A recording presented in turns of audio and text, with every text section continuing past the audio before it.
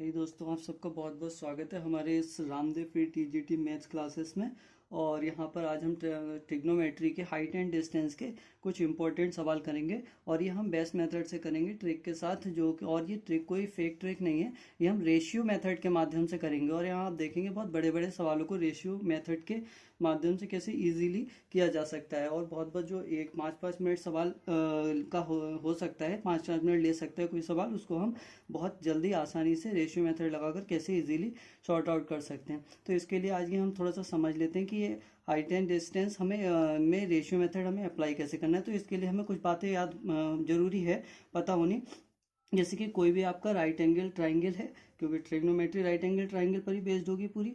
तो right angle triangle है, ये मान लीजिए कोई ABC ट्राइंगल है, ठीक है, ABC। अब यहाँ पर मान लीजिए अगर आपको ये एंगल दे रखा है तो आपको याद रखना है एंगल के सामने, ठीक है, ये तो एंगल के सामने होगा आपका परपेंडिकुलर, ठीक है। तो एंगल के सामने हमेशा परपेंडिकुलर होता है, जिसे हम हिंदी में लंब बोलते हैं।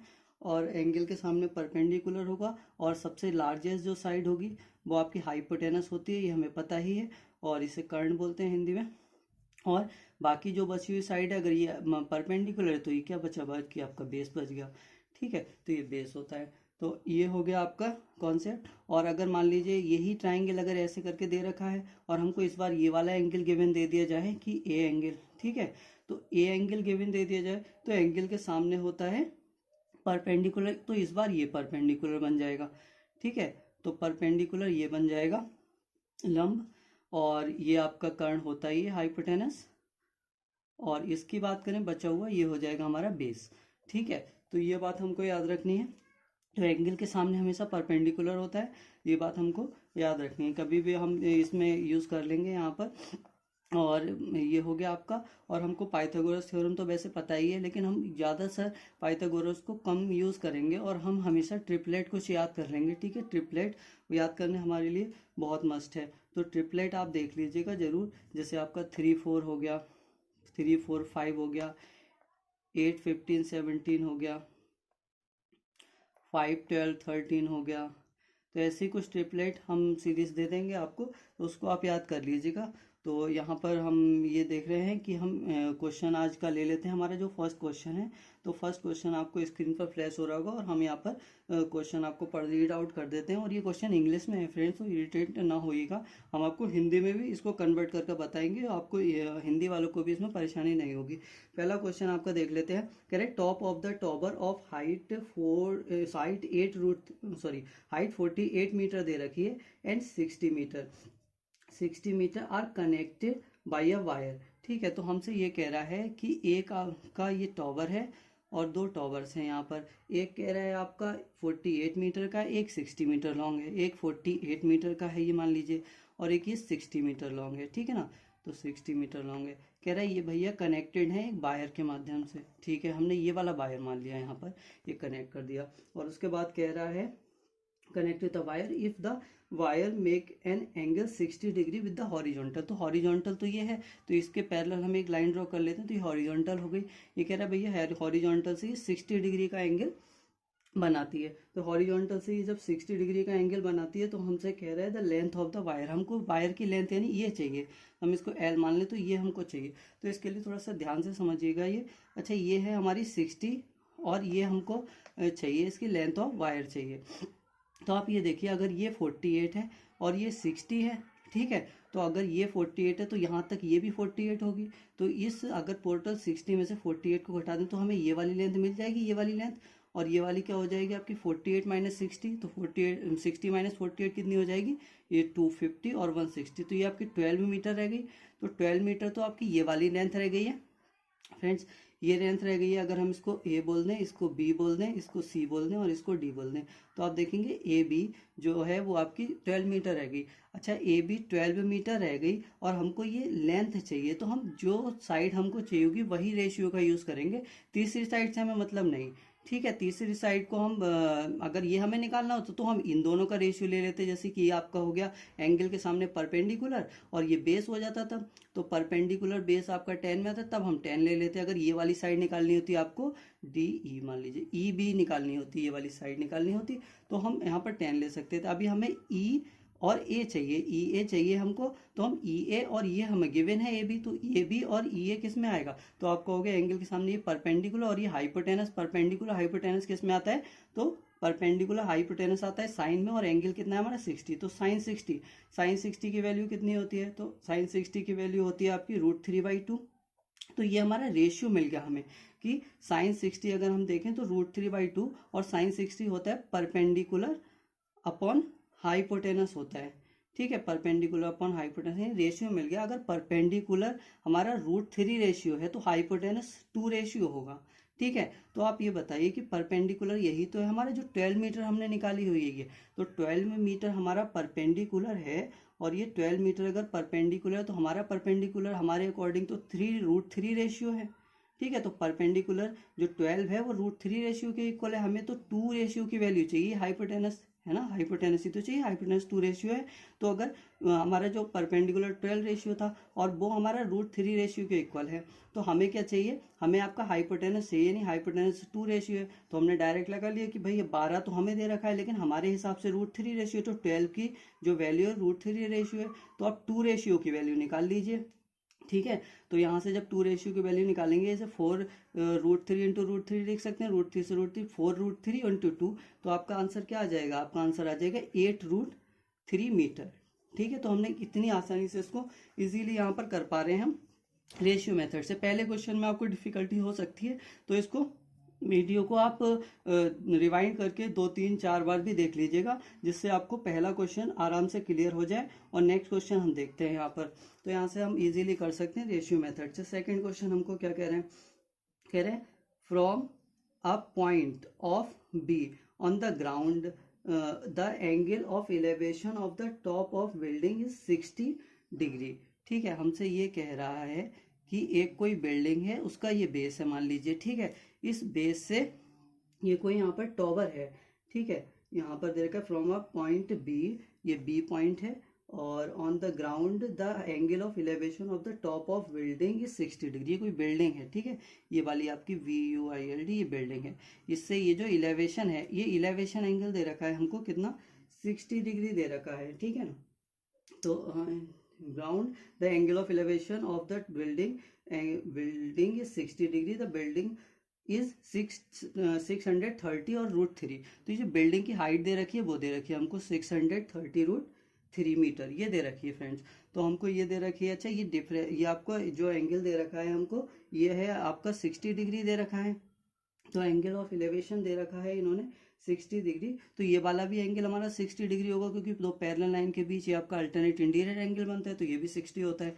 तो ये हाइट ऑफ बिल्डिंग दे रखी थी, और एक पॉइंट से इस बिल्डिंग के टॉप मोस्ट पॉइंट का जो एलिवेशन एंगल दे रखा था वो 60 डिग्री दे रखा था हमको, ठीक है।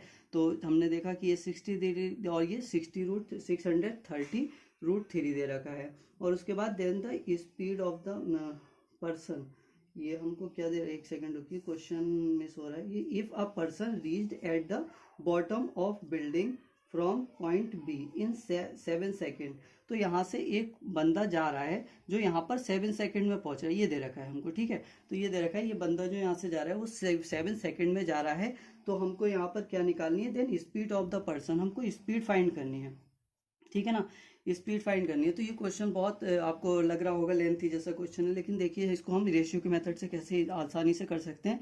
तो ये आपको टाइम दे रखा है, लेंथ नहीं दे रखी। अच्छा, अगर हमें इसकी लेंथ पता लग जाए तो स्पीड हम निकाल सकते हैं, क्योंकि आपको पता है speed equal to distance upon time होता है, ठीक है। तो स्पीड यहाँ से डिस्टेंस पता लग जाए और टाइम हमें दे रखा है तो हम निकाल लेंगे। तो डिस्टेंस हमें पता करना बड़ा काम है बस।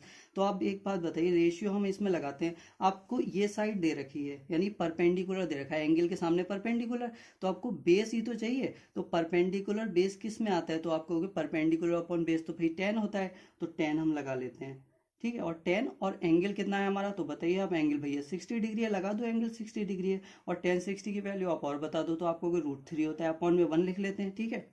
तो आप बताओ 10 60, तो ये 10 में क्या होता है, ये होता है परपेंडिकुलर और ये होता है बेस, यानी कि परपेंडिकुलर अगर √3 रेशियो है तो बेस क्या 1 रेशियो नहीं होगा, हाँ, तो रोज बेस जो होगा वो 1 रेशियो होगा। तो आप बताओ कि ये परपेंडिकुलर की वैल्यू कितनी है, तो इन्होंने दे रखा है 630 √3, ये तो दे रखी है परपेंडिकुलर, लेकिन हमारे हिसाब से परपेंडिकुलर √3 रेशियो है।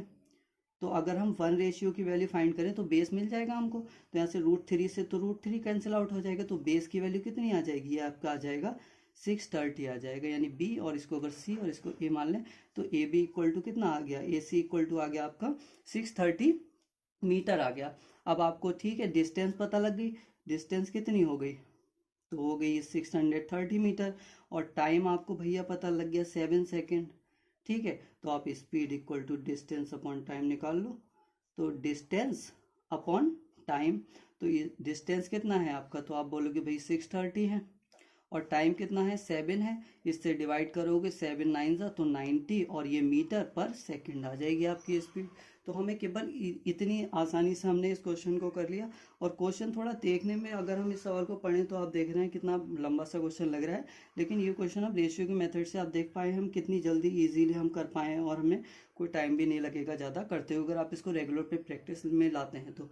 ठीक है, तो इसको वीडियो को हमारी 2 3 4 बार, जितनी बार आप चाहें उतनी बार रिवाइंड कर कर जरूर देखें, जिससे कि आपको क्वेश्चन का कॉन्सेप्ट बिल्कुल क्लियर हो जाए। ठीक है, क्वेश्चन थर्ड कह रहे थे angle of elevation of ladder inclined on the wall ये 60 डिग्री दे रखा है। तो ये हमसे कह रहा है एक वॉल से एक लेडर को इंक्लाइन किया गया, और जो इंक्लाइनेशन एंगल है वो हमको 60 डिग्री दे रखा है, और ये जो लेडर भैया रखी गई है वो बॉल से 3 मीटर अबे रखी गई है, 3 मीटर दूर। ठीक है, तो ये बॉल यानी कि एक ये लेडर है, ये बॉल है, एक दीवार है, दीवार से 3 मीटर दूर रखी गई है लेडर। तो हमको क्या कह रहा है, लेंथ ऑफ लेडर निकालना है। नहीं, अगर ये एल मान लें तो हमको ये एल की वैल्यू निकालनी है। अच्छा, एल और ये 3 है, तो इससे तो हमें मतलब नहीं होना चाहिए। आप ये बताओ, ये एंगल है, इसके सामने परपेंडिकुलर, तो ये बेस हुआ ना, तो बेस और ये हुआ हाइपोटेनस, तो बेस और हाइपोटेनस किस में आते हैं, तो आप कहोगे भैया कॉस लगा दो। तो ठीक है, कॉस और एंगल कितना है 60 डिग्री, तो कॉस 60, अब कॉस 60 की वैल्यू बता दो आप, तो आप कहोगे 1/2 होती है। ठीक है, 1 तो 1 क्या हो जाएगा आपका, तो आप कहोगे बेस और ये हो जाएगा हाइपोटेनस। तो बेस अपॉन हाइपोटेनस, तो भाई बता दो बेस अपॉन हाइपोटेनस, बेस अगर 1 रेशियो है तो हाइपोटेनस 2 रेशियो होगा ना। ठीक है, तो आपको तो बेस पता है 3, ठीक 3, और ये 3 जो है वो बेस है, तो बेस की वैल्यू हमारे अकॉर्डिंग तो 1 रेशियो है ना। तो अगर 3 है, इनने 3 दे रखा है, और 3 हमारे अकॉर्डिंग 1 रेशियो है, तो 1 रेशियो है। हमें निकालनी कितने की वैल्यू, 2 रेशियो की वैल्यू, तो 2 की वैल्यू निकाल लो, 3 2 6 मीटर। लो, इतनी आसानी से हमने इसको निकाल दिया, तो एल कितना हो जाएगा हमारा 6 मीटर आ गया आंसर।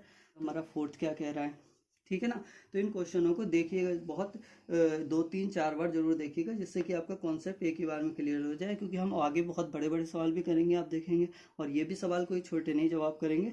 तो आप देखेंगे अगर नॉर्मल मेथड से करें तो इस एक एक सवाल को करने में 2 2 3 3 मिनट लगेंगे इसमें। देखिए, the angle of elevation of ladder against the wall is 30 degree. ये देखिए, ये हमको दे रखा है the angle of elevation of ladder against the wall is 30 degree. ये हमको 30 डिग्री दे रखा था, एक बॉल से एक लेडर लगी हुई है। ठीक है, इंक्लाइनेशन एंगल यानी कि जिस एंगल पे लगी हुई है ये वो 30 डिग्री हमको दे रखा है। कह रहा है and the foot of the ladder is 4√3 metre away from the wall.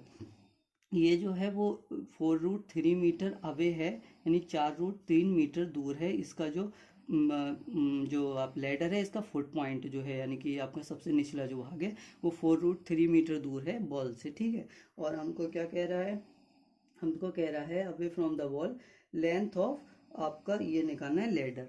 इस बार भी हमको लेडर की लेंथ चाहिए। ठीक है ना, तो लेडर की लेंथ चाहिए, तो ये भी क्वेश्चन कुछ वैसा ही लग रहा है हमको। तो यहाँ पर भी आप लगा दीजिए, आप बताइए बेस और ये हाइपोटेनस अगेन, और बेस और हाइपोटेनस आपका कॉस लगा दो आप। तो कॉस और एंगल है 30, तो कॉस 30 क्या होता है आपको, √3/2 होता है। ठीक है, बहुत बढ़िया बात है। तो √3/2 होता है, तो आप ये भी तो बताओ कि √3 क्या होगा यहाँ पर, ये बेस होता है, बेस अपॉन हाइपोटेनस, यानी बेस मतलब आधार और ये कर्ण होता है। तो आधार की बात करें तो √3 हो गया। ठीक है, ये रेशियो में है हमारी वैल्यू, यानी अगर आधार हमारा √3 रेशियो, यानी बेस अगर √3 रेशियो, तो हाइपोटेनस कर्ण 2 रेशियो होगा हमारा। तो आप बताओ हमारे अकॉर्डिंग, तो ये इनके अकॉर्डिंग तो जो बेस है वो यानी कि आधार है या बेस है वो 4√3 मीटर है। अब 4√3 मीटर है, लेकिन हमारे अकॉर्डिंग बेस जो है वो √3 ही तो है रेशियो। तो √3 रेशियो है, यानी 4√3 अगर √3 के रेशियो के इक्वल है तो 2 की वैल्यू निकाल लो, यानी 2 से मल्टीप्लाई कर दो, तो √3 से √3 कट जाएगा। आंसर इसका क्या आ जाएगा, 8 मीटर हमारा आंसर आ जाएगा। आज का हमारा लास्ट क्वेश्चन देख लेते हैं। क्वेश्चन नंबर 5 क्या कह रहा है? तो क्वेश्चन नंबर ये 5 ये कह रहा है the angle of depression of the base of a building from the top of tower at a distance of 58 metre is 60 degree. हमसे ये कह रहा है द एंगल ऑफ डिप्रेशन, इस बार हमको डिप्रेशन एंगल दे रखा है, ठीक है, तो इलेवेशन नहीं डिप्रेशन एंगल दे रखा है। अच्छा डिप्रेशन हो चाहे इलेवेशन हो, एंगल हमको नीचे ही वाला फाइंड करना होता है। देखें आप कैसे निकालेंगे हम, तो the angle of depression of the base of a building from the top of a tower, ठीक है, ये कोई मान लीजिए बिल्डिंग होगी, यहाँ इसका बेस है, इससे हमें कोई आपका ये टॉवर है, ठीक है, और इसका भैया ये डिस्टेंस आपका 58 मीटर की दूरी पर ये है। तो हमसे कह रहा है from the top of distance से 58 मीटर इज 60 डिग्री, ये एंगल हमको दे रखा है 60 डिग्री है। इसका जो हमसे ये कह रहे हैं डिप्रेशन एंगल, ये जो आपका बिल्डिंग है इसका डिप्रेशन एंगल दे रखा है। डिप्रेशन मतलब अगर कोई बंदा यहाँ खड़ा है वो ऊपर देखता है तो ये ऊपर वाला एंगल है, ये वाला एंगल दे रखा है 60 डिग्री, ठीक है, तो ये डिप्रेशन एंगल हो जाएगा। डिप्रेशन एंगल अगर ये हो जाएगा तो आपका अल्टरनेट इंटीरियर एंगल अगर आपने पढ़ा है तो ये नीचे वाला एंगल है, दो पैरेलल लाइन है और ये कट कर रही है, क्रॉस कर रही है, तो जेड में जो एंगल बनाते हैं वो बराबर होता है 60, तो ये भी 60 होता है, ठीक है, तो एंगल हमको यही चाहिए होता है। अब ये हमको 58 दे रखा है, तो हमको निकालना है क्या, बिल्डिंग की हाइट निकालनी है, ठीक है, तो बिल्डिंग की हाइट आप कैसे निकालोगे, आप इसमें लगा दो, इसमें ये हमको आंसर भी उन्होंने दे रखा है। तो यहाँ पर अगर हम इसकी बात करें 1060, तो अगर यहाँ पर देखो तो ये आपका हाइट हो जाएगी एंगल के सामने, भाई हमने अभी बताया आपको हाइपोटेनस होता है, तो दिस वन इज हाइपोटेनस, यानी कि आपका नो सॉरी ये परपेंडिकुलर, एंगल के सामने परपेंडिकुलर होता है, तो ये अगर आपका परपेंडिकुलर है ये बेस हो जाएगा, यानी कि ये लंब और ये आधार, तो ये लंब और आधार ये परपेंडिकुलर बेस किस में आते हैं, आपको होगा भाई तुरंत 10 लगा दो, ठीक 10, और ये एंगल कितना आ जाएगा 60 डिग्री आ जाएगा, एंगल ले लेते हैं। तो आप बताओ 1060 की वैल्यू होती है आपको √3 होती है, तो √3 अपॉन में 1 लिख लेते हैं। तो यहाँ पर बताइए tan थीटा क्या होता है आपका परपेंडिकुलर अपॉन ये होता है आपका बेस, तो यानी कि इसका मतलब क्या हुआ, इसका मतलब यही तो हुआ परपेंडिकुलर का √3 रेशियो तो बेस 1 रेशियो होगा, ठीक है। तो अब आपको क्या पता है, आपको तो बेस पता है भाई, तो बेस आपका कितना है, आपका ये 58 है, तो 58 हमारे अकॉर्डिंग कितना है, हम तो कह रहे हैं भाई 1 रेशियो के इक्वल है, तो हमें तो √3 रेशियो चाहिए ना हाइट, तो आपका परपेंडिकुलर चाहिए तो √3 रेशियो निकाल लो, तो आपका आंसर कितना आ जाएगा 58 √3 मीटर हो जाएगा, ठीक है। तो ये हमारा आंसर आ जाएगा आसानी से। यहाँ पर हमने कोई भी पाइथागोरस थ्योरम नहीं लगाई, कोई भी हमने फॉर्मूला यूज़ नहीं किया, केवल हमने रेशियो का मेथड यूज़ किया है, और हमने आप देख रहे हैं बड़े बड़े सवालों को बहुत इजीली हमने सॉर्ट आउट कर दिया, ठीक है। तो हम बहुत बड़े बड़े सवालों को बहुत आसानी से रेशियो का मेथड लगाकर इजीली सॉर्ट कर सकते हैं। कोई भी अगर ये हाइट एंड डिस्टेंस का क्वेश्चन है, ठीक है, तो हम ऐसे ही और भी ट्रिक बहुत इंपॉर्टेंट लाते रहते हैं। तो और जो है हम चैप्टर वाइज आपको सभी नोट्स प्रोवाइड करा रहे हैं। अभी ये 1-2 क्लासेस आपकी हाइट एंड डिस्टेंस की और चलेंगे, तो हम आपको टीजीटी का पूरा सिलेबस आपको एग्जाम से पहले खत्म करा देंगे, चाहे उसके लिए हमें कितनी भी लंबी क्लासेस बाद में लेनी पड़े। तो हमको आपको सहयोग की ज़रूरत पड़ेगी, तो आप हमारे चैनल को सब्सक्राइब करें और हमारी जो चैनल के सब्सक्राइबर हैं, अपना जो परिवार है उसको बढ़ाएं, जिससे कि हम लाइव स्ट्रीम पर क्लासेस ले सकें और बड़ी बड़ी क्लासेस आपकी लॉन्ग लेंथ की भी ले सकें, जिससे कि आप सभी बच्चों को जो है जितने भी नीडेड बच्चे हैं उनको फ़ायदा हो सके। तो हमारे चैनल को सब्सक्राइब करें और हमारे चैनल को शेयर और लाइक भी ज़रूर करें, जिससे कि हमारा भी मोटिवेशन बढ़ सके, क्योंकि हमारा मोटिवेशन भी आप ही लोगों से होता है ना। तो ठीक है, तो हम ऐसी और कल सेकंड पार्ट इसका लेकर आएंगे, तो उसको भी देखना ना भूलिएगा, और अगर आपने पिछली क्लासेस नहीं देखी तो उसको भी देखिएगा। और ठीक है, मिलते हैं कल, ठीक है, थैंक यू क्लास।